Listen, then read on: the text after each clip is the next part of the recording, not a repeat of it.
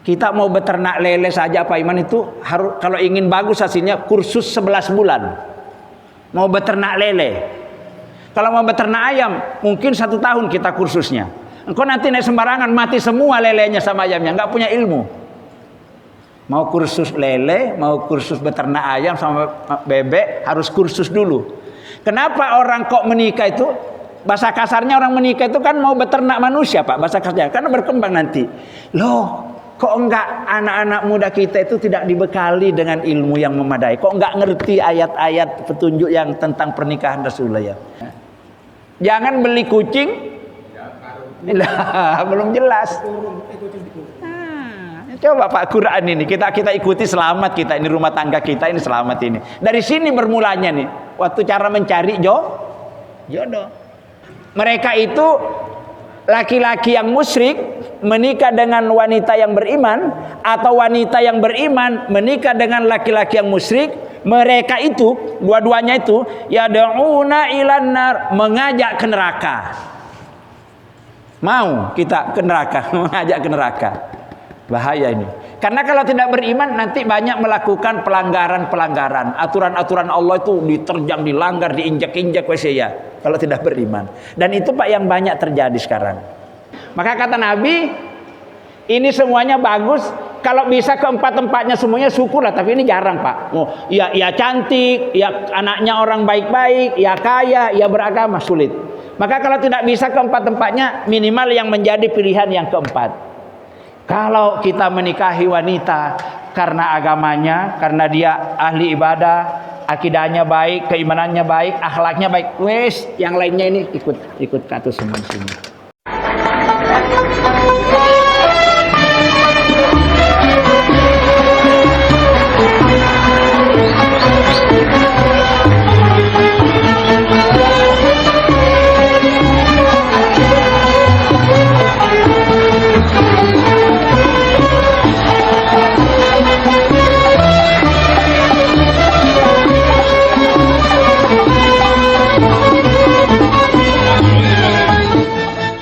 Assalamualaikum warahmatullahi wabarakatuh. Bismillah, alhamdulillah, Allahumma salli wa sallim wa barik ala Muhammad wa ala alihi wa sahbihi wa mawala. Wa ba'du. Bapak-bapak dan ibu-ibu jamaah salat maghrib maupun peserta tahsin tilawah dan kajian Al-Quran pada malam hari ini, untuk mengawali jumpa kita dalam pelajaran Al-Quran malam hari ini, mari kita bersama-sama memanjatkan doa kehadirat Allah Subhanahu wa Ta'ala agar hati kita dilapangkan, dimudahkan, bisa memahami makna kandungan ayat-ayat yang akan kita baca nanti, kemudian bisa kita amalkan di dalam kehidupan sehari-hari. Bismillahirrahmanirrahim. Monggo. Allahumma iftah lana hikmataka wanshur alaina min khazaini rahmatika. Rabbi zidni ilma warzuqni fahma. Amin. Kajian Al-Quran malam hari ini, sekali lagi kita menggunakan metode 5T. T pertama apa? Enggak. Tentukan temanya, tematik, ya. T yang kedua, tartil, dibaca. T yang ketiga, tarjim, dibaca terjemahnya. T yang keempat, tadabbur, dipahami apa maknanya.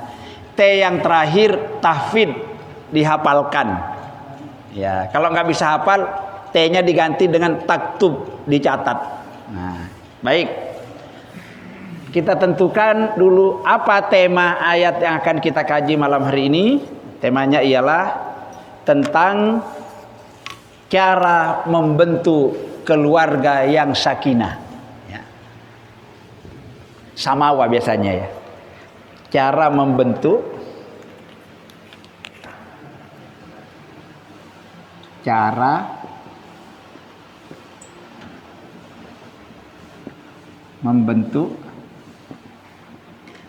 membentuk keluarga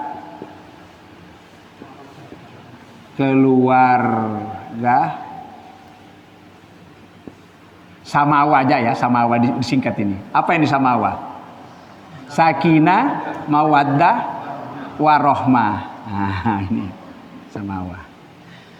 Sakinah itu kalau ditulis ini sakinah istilah Quran ini. Sakinah, ya, sakinah tuh ya. Mawaddah, warohmah.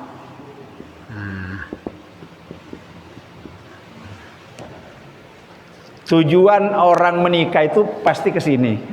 Kalau tidak kayak gini berarti salah caranya. Mungkin salah caranya memilih jodoh, mungkin caranya memilih calon menantu, mungkin yang menantu salahnya cara memilih calon mertua.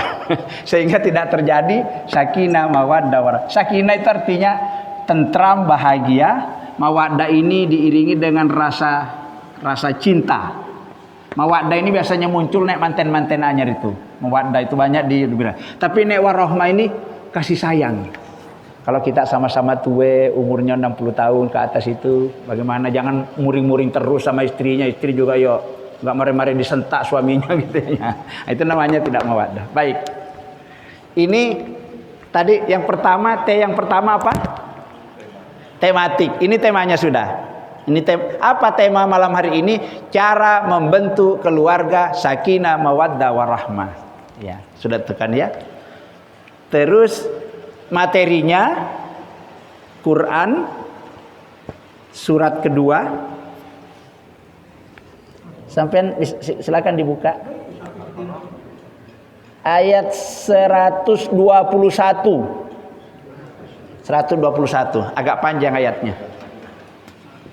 121. Mudah-mudahan selesai ini ya. Satu ayat itu kalau kita paham lebih bagus, lebih banyak pahalanya daripada baca satu juz tapi tidak paham apa yang dibaca.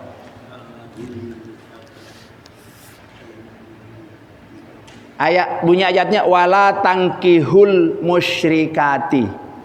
Ya. Sudah ketemu? Halaman 35. Halaman 35.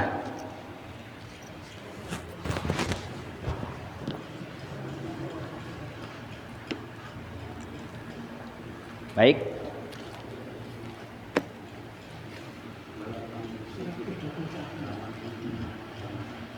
Sudah ketemu Abawoto? Ya, sekarang T yang kedua. Apa T yang kedua? Tartil ya, kita tartil dulu.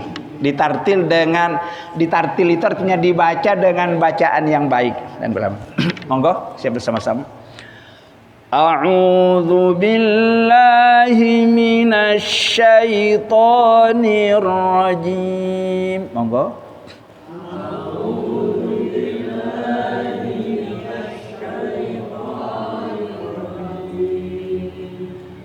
Bismillahirrahmanirrahim.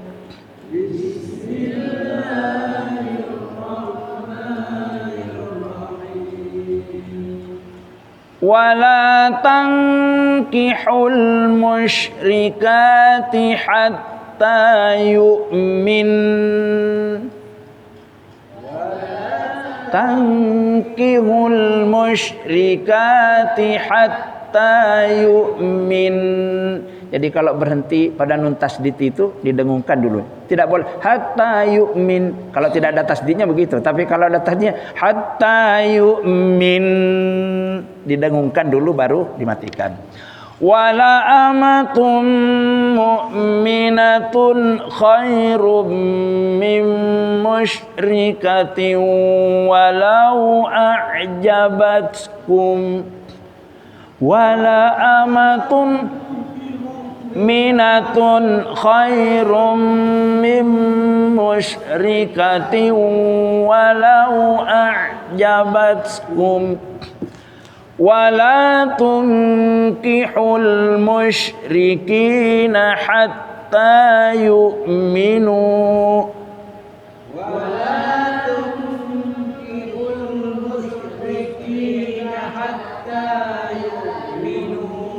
ya waqaf aula ya wala 'abdun mu'minun khairum min musyrikin walau a'jabakum wala 'abdun musyrikin walau a'jabakum ulaika yad'una ilan nar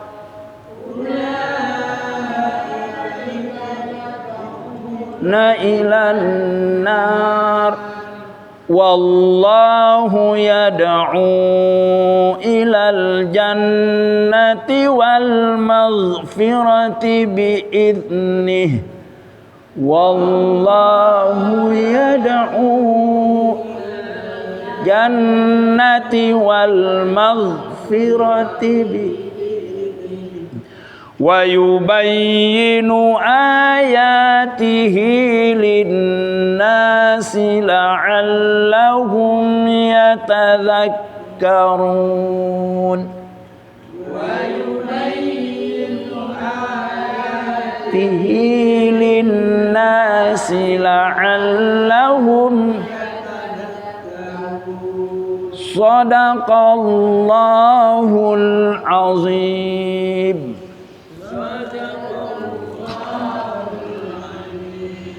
Baik, insya Allah kekal pahalanya di sisi Allah, baik yang membaca maupun yang mendengarkan dan memperhatikan. Itulah hebatnya Quran, mendengarkan saja pahalanya sama dengan yang membaca. Banyak ini, satu huruf berapa bawah tuh pahalanya? 10 kewajiban. Nek enggak salah. Kalau salah dikurangi 8 tinggal 2. Tapi kalau salah terus ada yang membetulkan tetap dapat 10 satu huruf. Ini berapa huruf ini? Oh, kemeng nek dihitung iki ya. Baik. T yang pertama sudah, T yang kedua tartil ini tadi, tartil dibaca dengan baik dan benar dan berirama sudah selesai. Sekarang kita masuk ke T yang ketiga. Apa T yang ketiga? Tarjim. Nggak usah kita menerjemahkan karena Quran yang di depan kita sudah ada terjemahnya. Terjemahnya ada 2 ya. Ada terjemah per kata, ada terjemah per ayat. Itu yang di samping itu yang ditulis itu terjemah per ayat. Tapi paling gampang memahami Quran itu memang terjemah per kata. Sistem pesantren. Di pesantren itu begitu Pak kalau kita ya. Lihat. Wala tankihu artinya apa?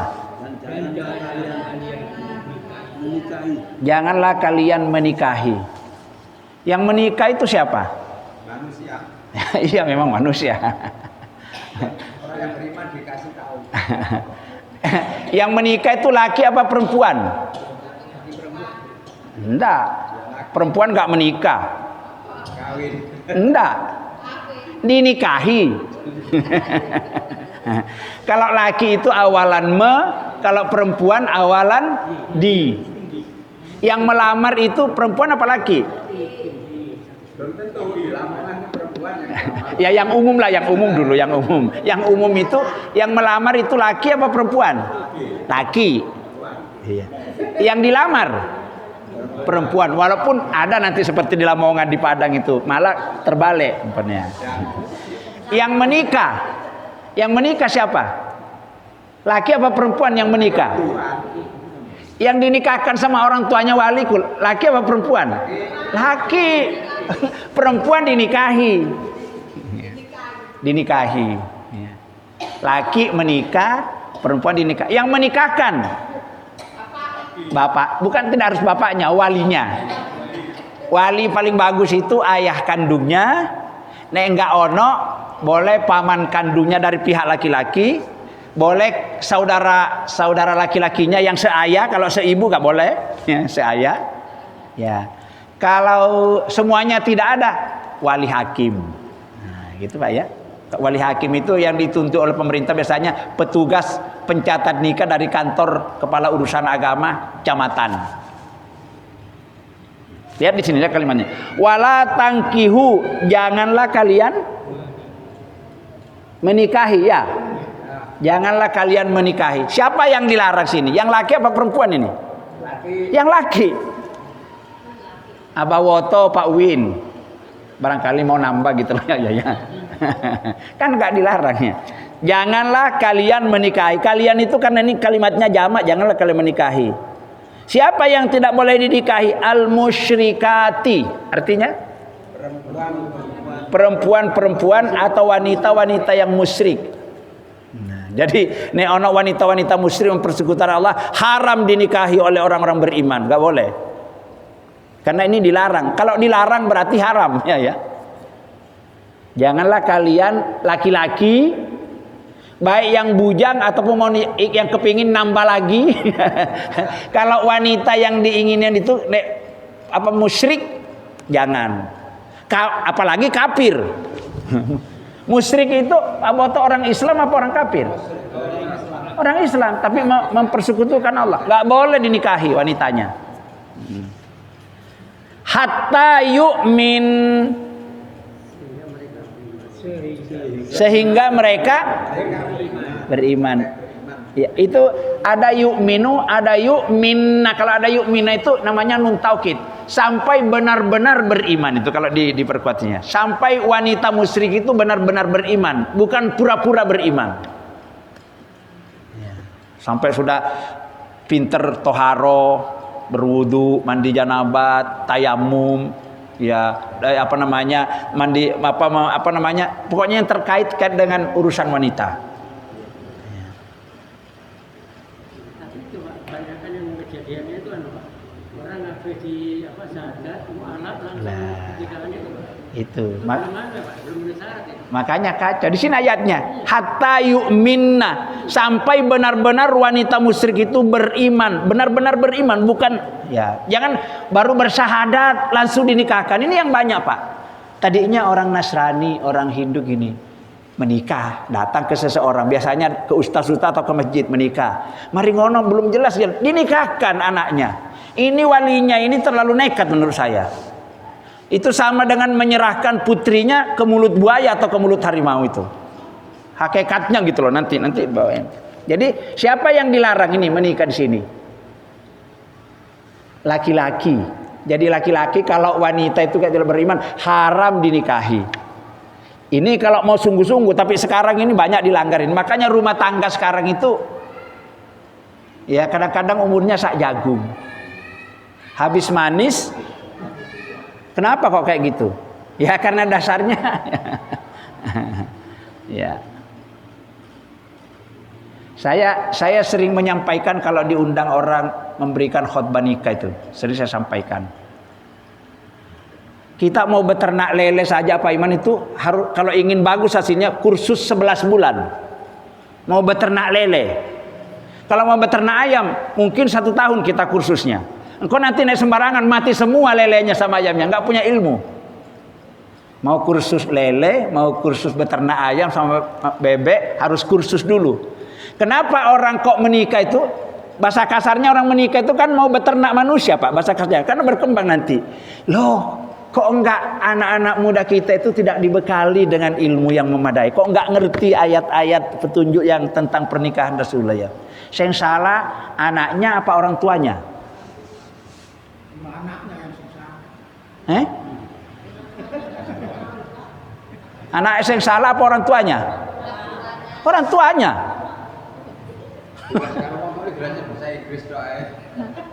Kursus bahasa Inggris bertahun-tahun, kursus matematika, kursus komputer. Berapa situ? Padahal ini rumah tangga ini dibawa sampai menghadap ke akhirat nanti pertanggungjawabannya. Kok berani nikah? Kadang-kadang ada Pak ilmunya, khutbah nikah 15 menit. Dapat apa?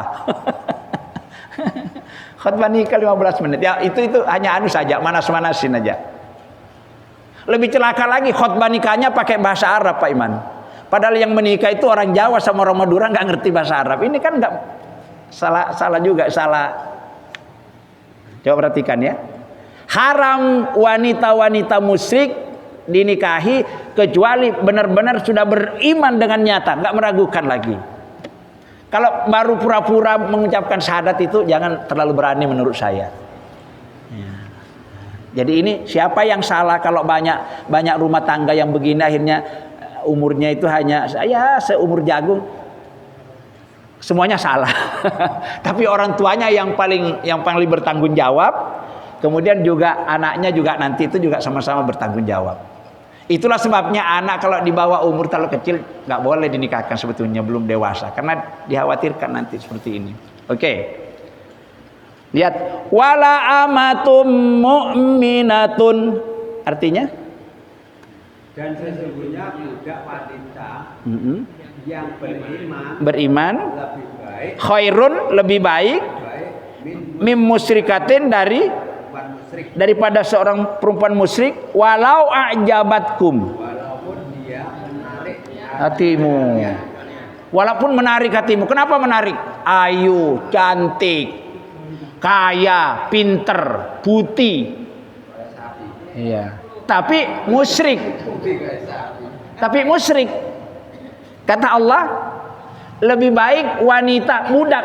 Wanita budak itu Pak, kan kalau wanita budak kalau di zaman dulu, zaman awal-awal Islam, budak itu kan bisa diperjualbelikan kayak benda, nggak ada nilainya itu loh. Budak tapi beriman. Budak itu kan bisa diperjualbelikan, nggak ada harganya, itu terlalu ini dulu aja, bisa diperjualbelikan kayak barang. Budaknya bawoto dibeli sama Pak Win, pindah sekarang hanya gitu ya. Tapi dia beriman, lebih baik menikahi wanita budak walaupun harganya kayak barang tadi itu, belum merdeka, tapi dia beriman, ketimbang anaknya Bapak Gubernur, anaknya Pak Wali Kota, cantik, ganteng, kaya, sarjana, tapi tidak beriman. Di mata Allah ini, bukan ukurannya manusia. Di mata Allah itu lebih baik wanita-wanita yang jelek. Ya. Katakan orang biasa lah, wes irungnya pesek, untune wes akeh sing mredel ya. Enggak ada. Tapi dia beriman, itu lebih baik daripada wanita yang cantik koyok bidadari itu ya. Menurut pandangan Allah. Jadi iman. Makanya ini kalau mencari pasangan itu yang pertama syaratnya iman. Maka karena kalau iman itu udah bagus, beres semuanya. Oke, selesai satu. Wala tunkihu, artinya apa? dan janganlah kalian menikahkan. Perhatikan, yang di atas tadi itu wala tangkihu. Perhatikan, kalimatnya sama, harokatnya yang berbeda. Wala tangkihu, tangkih di atas, janganlah kamu menikahi.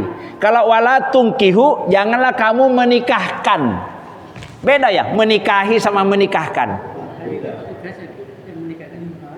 Ya.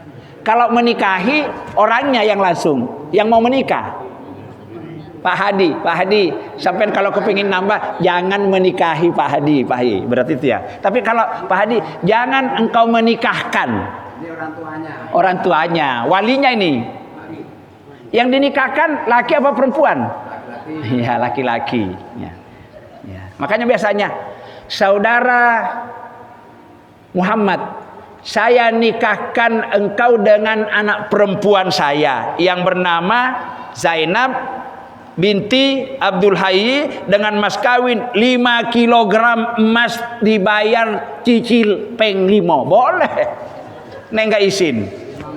Boleh mas kawin dicicil, boleh. Soalnya 5 kilogram ya. Ya, dicicil peng 5. Boleh. Makanya kata Nabi, pernikahan yang paling diridhoi oleh Allah itu yang paling murah biayanya. Jadi kalau 5 kilogram itu ya siapa yang sanggup sekarang? Orang Mekah. Pokoknya pernikahan yang paling diridhoi oleh Allah itu yang sederhana. Ya, sederhana. Cukup kalau bisa itu motong seekor kambing untuk walimahan. Ya. Kalau bisa nggak usah presmanan itu ya, terlalu mubadzir. Ya, pernikahan itu ya. Ini, janganlah engkau menikahkan Berarti anak perempuan kita ini ya, wali nih yang dilarang, wali orang tua. Janganlah engkau menikahkan anak-anak perempuanmu, berarti yang dimaksud. Dengan siapa? Al-musyrikina, dengan seorang laki-laki yang musyrik. Kalau tadi jangan engkau menikahi wanita-wanita yang musyrik, yang menikah langsung, yang calon suami. Kalau di sini jangan engkau menikahkan anak perempuanmu dengan laki-laki yang musyrik. Al-musyrikina itu laki-laki. Kalau al-musyrikati perempuan musyrik. Kalau al-musyrikina laki-laki yang musyrik. Beda kalimatnya. Ya. Tidak boleh. Jadi kalau yang di atas itu tadi cara mencari jodoh, ya Bu Ondo, wala tunkihul musyrikati, cara mencari jodoh bagi laki-laki. Kalau yang di bawah ini wala tunkihul musyrikina, morotua, cara mencari calon menantu. Makanya ya ini hati-hati, ini diatur Pak sama Al-Quran. Bagaimana seorang laki-laki mencari calon istri, diatur dalam Quran. Bagaimana orang tua mencari calon menantu, diatur dalam Al-Quran. Bagaimana menantu mencari calon mertua, diatur. Saya kadang-kadang Pak Roto itu merotuannya HP, menantunya kurang ajar, merotuannya dibentak-bentak. Ngomongin ya Pak itu, iku lo mbokmu teko maneh teko Lamongan iku lo. Enak gak bahasanya iku? Enak gak bahasanya?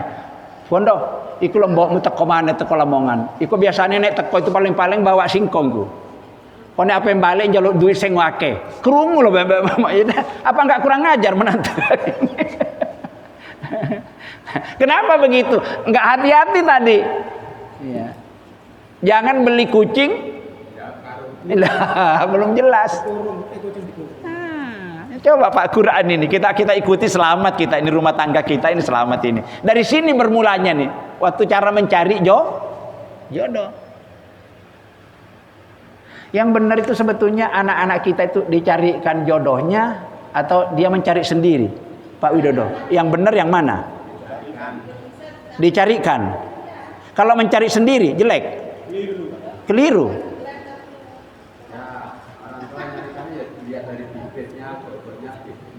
Bagus mana kalau anaknya mencari sendiri daripada dicarikan sama orang tuanya? Kira-kira bagus mana?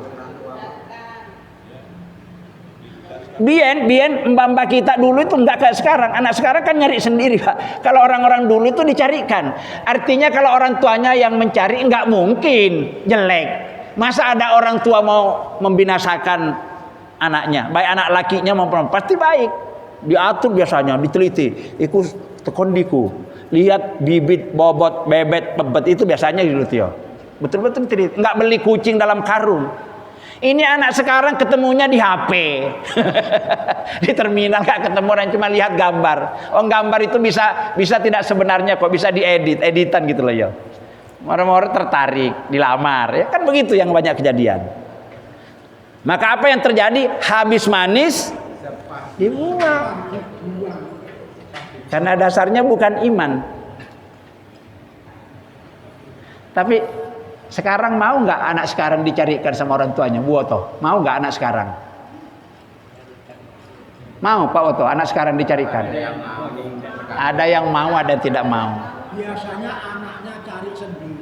Ya. Orang tua tinggal menyetujui cocok. Kalau tidak cocok ya jangan diteruskan. Hanya gitu aja. Kalau begitu orang tua tinggal merestui nggih. Ya, merestui. Tapi orang tua banyak ngikuti kok sekarang. Opo cari anake? Saiki nek biyen niku opo cari wong tuane. Nah, oke. Ya, ulangi lagi. Wala tunkihul musyrikina. Diulangi Pak artinya. Wala tunkihul musyrikina, dan janganlah kalian menikahkan. Berarti kalau janganlah kalian menikahkan, berarti anak perempuan kita wali nih, wali orang tua. Janganlah kalian orang tua ayah menikahkan anak perempuan sampean dengan siapa? Al-musyrikinya, dengan laki-laki yang musyrik, mempersekutukan Allah maksudnya. Hatta yu'minu, sehingga mereka beriman. Tadinya musyrik, sekarang betul-betul beriman. Ya kan bisa saja tadinya musyrik, dia sadar, taubat, kembali beriman. Baik gitu. Kalau masih musyrik jangan. Tapi kalau sudah taubat, kembali ke jalan yang benar, nggak apa-apa. Nah, ini ada perbandingan. Wala abdum mu'minun, dan sungguh budak yang beriman. Ya, jadi kalau budak laki-laki itu namanya abdun. Kalau budak perempuan amatun, ya di atas itu wala amatun mu'minatun. Budak perempuan yang beriman. Sekarang ini budak laki-laki tapi beriman. Budak sesungguhnya budak laki-laki tapi beriman khairun, lebih baik mim musyrikin, dari laki-laki yang musyrik, walau a'jabakum, sekalipun ya, walaupun laki-laki itu budak itu bisa diperjualbelikan tapi beriman, lebih baik daripada bintang film yang kaya raya, anggota DPR, anaknya gubernur kayak gini tapi musyrik. Lebih baik orang yang biasa-biasa saja kayak budak tadi tapi beriman. Baik laki atau perempuan, iya. Nek ingin selamat, mendapatkan jaminan sorga sampai di akhirat nanti, begitu ini petunjuknya. Tapi kalau ini dilanggar ya silakan, paling kebahagiaannya seujung rambut, ya seumur jagung, ya. Wala jam. Ya, ini ada penjelasannya. Ulaika yad'una ilan nar. Mereka itu menyeru kepada neraka. Mereka siapa maksudnya? Orang musyrik. Mereka itu laki-laki yang musyrik menikah dengan wanita yang beriman, atau wanita yang beriman menikah dengan laki-laki yang musyrik. Mereka itu dua-duanya itu yad'una ilan nar, mengajak ke neraka. Mau kita ke neraka, mengajak ke neraka. Bahaya ini. Karena kalau tidak beriman nanti banyak melakukan pelanggaran-pelanggaran. Aturan-aturan Allah itu diterjang, dilanggar, diinjak-injak ya. Kalau tidak beriman. Dan itu Pak yang banyak terjadi sekarang. Berarti yang pokok itu yang mati berarti ya? Ngajak ke neraka tadi. Enggak, dua-duanya. Iya ini kan. Ulaika mereka itu, mereka artinya laki-laki yang menikahi wanita musyrik, ataupun orang tua yang menikahkan anaknya dengan laki-laki yang musyrik. Dua-duanya ini mereka itu ya da'ula ilan nar. Ya. Bahaya, bisa mengajak ke dalam masuk neraka. Wallahu, Dan Allah, sedangkan Allah yada'u, menyeru atau mengajak ilal jannah pada surga wal maghfirah dan ampunan. biidni. Ya, ini tujuannya pernikahan.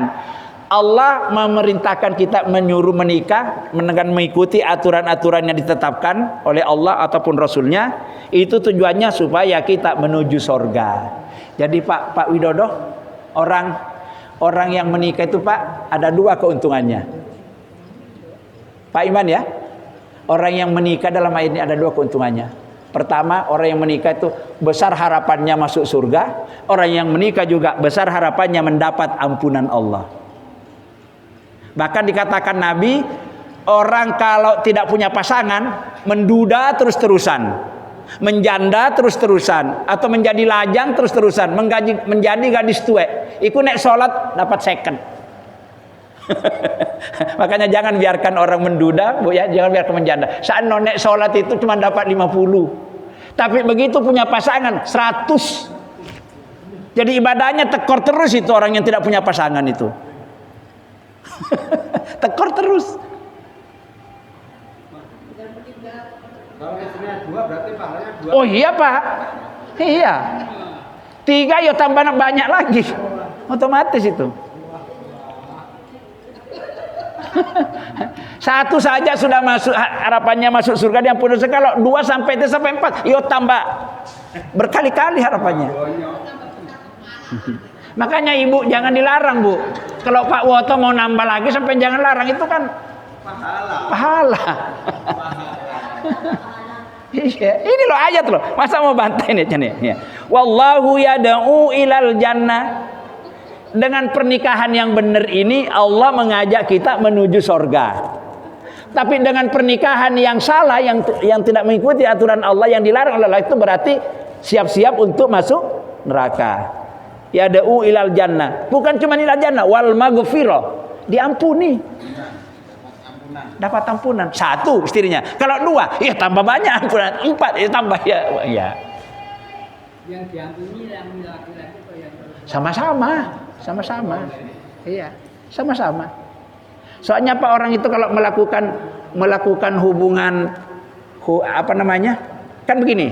Orang kalau berhubungan dengan yang diharamkan Allah, bukan pasangannya, kan dosa ya. Dosa enggak? Tapi orang yang berhubungan melakukan hubungan itu dengan yang halal, itu pahalanya berlipat-lipat ganda itu. Itu istri bersedekah kepada suaminya, suami bersedekah kepada istrinya, dan itu sedekah luar biasa. Makanya kata anak Rasulullah, kalau seorang istri diajak sama suaminya untuk ke tempat tidur, mbok karepe opo gak tahu aku. Terus dia nolak, kata Nabi, terus nolak, maka sepanjang malam itu dikutuk oleh malaikat, dilaknat.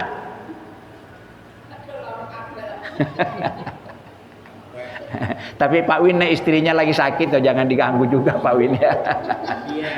Itu berarti laki nggak tahu. Istrinya baru pulang capek-capek itu terus njaluk ngono-ngono kok nggak tahu diri juga ini. Nah, ya. Lanjut.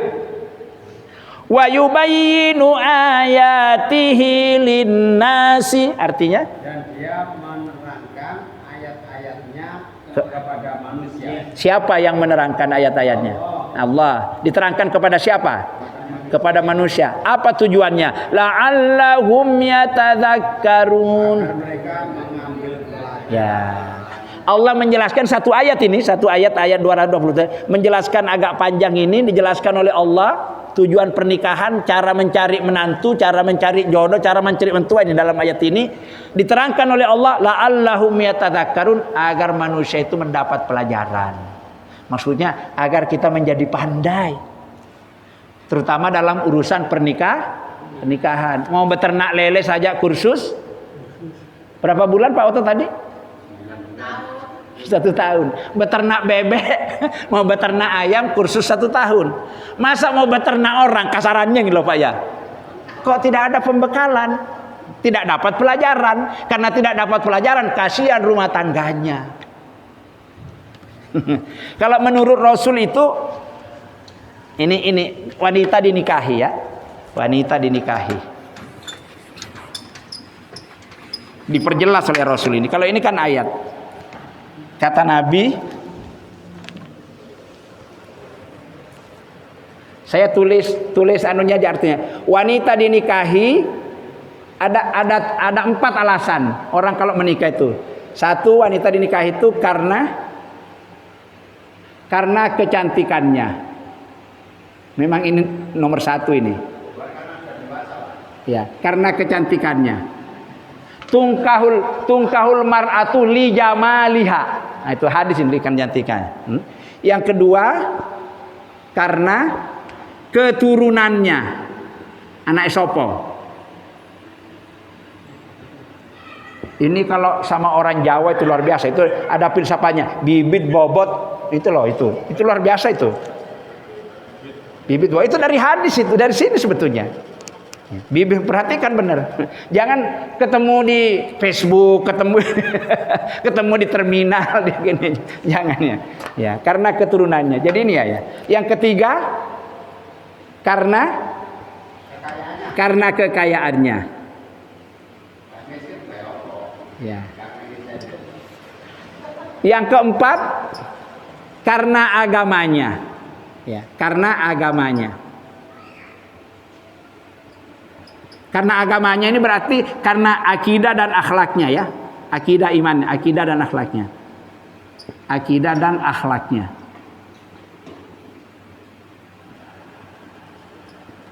Terus kata Nabi, ya, ini ada 4 ini. Wanita itu dinikahi pertama karena kecantikannya. Dan memang ini biasanya. Semua kita ini menikah pasti ini yang menjadi acuan pertama. Oh, ayu, cantik. Iya. Tapi jangan cuma ini. Pertimbangkan lain. Ada juga laki-laki menikah karena keturunannya. Oh, anaknya Pak Raden gini, anaknya gini, orangnya baik-baik, orang tua jadi. Ini bagus juga ini. Ya. Yang ketiga, karena kekayaannya.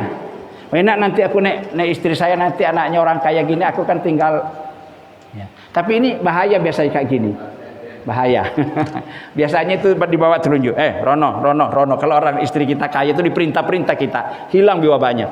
Yang keempat karena agamanya. Kata Nabi, pilihlah. Kalau kamu menikah ketiga-tiganya ada 4 bulan, pilihlah yang keempat. Pilihlah, kawinilah wanita itu karena agamanya. Artinya kalau karena agamanya pasti akidahnya, keimanannya baik, pasti akhlaknya baik, pasti ibadahnya baik. Taribat yadaka, kalau ini menjadi pilihan, maka rumah tanggamu pasti akan menjadi sakinah mawaddah warahmah tadi, bahagia, tentrem, diiringi, dinaungi dengan rasa cinta dan kasih sayang. Karena dasarnya agak. Tapi ini sekarang hampir nggak laku sekarang. Nggak laku. Mana sekarang yang paling menonjol yang ini? Yang paling menonjol. Kecantikannya apa, keturunannya apa, kekayaannya yang paling menonjol?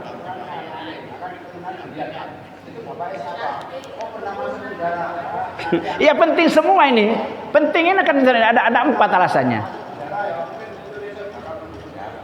Tapi di dalam hadis, barang siapa, ini ada tambahannya hadis ini. Barang siapa laki-laki menikahi wanita dengan pertimbangan hanya karena cantiknya, maka kata Nabi, sesungguhnya kecantikan itu tidak langgeng. Nanti punya anak 1, 2 sudah gini berkeriput itu sudah berubah kan. Kalau ini yang taruhannya. Kalau hanya karena kecantikannya. Iya. Terus kalau terlalu cantik juga bahaya Pak Iman. Kalau kita punya istri terlalu cantik, banyak laki-laki yang lain naksir. Maka membuka peluang nanti kalau imannya bisa-bisa berseling, ya itu bahaya. Begitu juga kalau suami kita terlalu ganteng, pasti istrinya di rumah nggak tenang kalau pergi. Suaminya ganteng, nanti jangan-jangan kecantol dengan laki-laki yang lain. Pasti banyak wanita-wanita yang lain yang ngincer di luar. Tapi kalau dasarnya agama tadi, insya Allah aman ya. Terus jangan pula engkau menikahi karena keturunannya. Karena keturunannya ini, tapi ini tetap penting. Ya. Kalau keturunan itu orang mengendalikan keturunannya tapi tidak beragama, nanti bisa akan kecewa di kemudian hari. Kalau karena keturunannya. Tapi menjadi apa namanya ini, menjadi kriteria juga ini ya, keturunannya. Ya. Yang berikutnya, barang siapa laki-laki yang menikahi karena mengharapkan kekayaannya si wanita itu, maka hidupnya tidak merdeka. Kalau kita kaya itu biasanya di Rono. Saya ingat Mekar itu loh, yang galangan kayu. Kan yang sudah meninggal katanya ya. Ya. Istri suaminya itu ron. Kasihan koyo opo gitu loh yo. Ya. Itu makanya jeleknya di ini. Maka kata Nabi, ini semuanya bagus. Kalau bisa keempat-empatnya semuanya syukurlah, tapi ini jarang Pak. Ya cantik, ya anaknya orang baik-baik, ya kaya, ya beragama, sulit. Maka kalau tidak bisa keempat-empatnya, minimal yang menjadi pilihan yang keempat. Kalau kita menikahi wanita karena agamanya, karena dia ahli ibadah, akidahnya baik, keimanannya baik, akhlaknya baik, yang lainnya ini ikut katu semua sini. Ya. Ini tadi apa temanya tadi ini? Cara membentuk rumah tangga. Kalau sudah terbentuk nanti berikutnya cara membina. Dibentuk dulu, dimulai membina. Jadi kesimpulannya Al-Qur'an yang kita baca, bagaimana seorang laki-laki mencari calon istri diatur dalam Quran. Bagaimana orang tua mencari calon menantu diatur dalam Quran. Dan sebaliknya, bagaimana menantu mencari calon mertua, sama dan seterusnya. Nah, pertanyaannya, di mana Allah menerangkan ini? Hafal tafsir. Enggak usah dihafal ayatnya, cukup alamatnya. Di mana Allah menerangkan ini? Quran surat berapa? Ayat berapa? Nah, 200. Ya, ini. Yang penting apa alamatnya. Kalau nggak apa alamatnya nanti nggak ketemu kalau dicari Al-Quran ya. Ya. Jadi kalau kita tanya di mana Allah mengatur surat apa ayat berapa tentang cara mencari jodoh dan cara membentuk rumah tangga, maka jawabnya terdapat di dalam Al-Quran surat Al-Baqarah ayat 221. Bagaimana bunyinya ya tadi kita sudah baca bersama-sama. Baik, untuk malam ini kita cukupkan dan insya Allah nanti mungkin berlanjut ya, nanti kalau ini membentuk nanti bagaimana caranya membina. Bagaimana kalau punya anak, tanggung jawab sopo anak iku, tanggung jawab ibunya apa bapaknya. Bagaimana urusan rumah tangga itu ya. Terus istri itu harus diperlakukan bagaimana. Ada nanti hak-hak dan kewajiban suami istri. Baik. Demikian kajian kita malam hari ini dengan tema cara membentuk rumah tangga yang bahagia. Mudah-mudahan Allah Subhanahu wa taala, walaupun kita sudah terlanjur berumah tangga dulu, kita enggak kursus, tapi alhamdulillah berjalan apa adanya. Kalau ada kekurangan masing-masing ya Bu Ondo, Pak Bu Oto, dinikmati saja. Karena enggak mungkin kita buang terus golek sing ngape, enggak mungkin.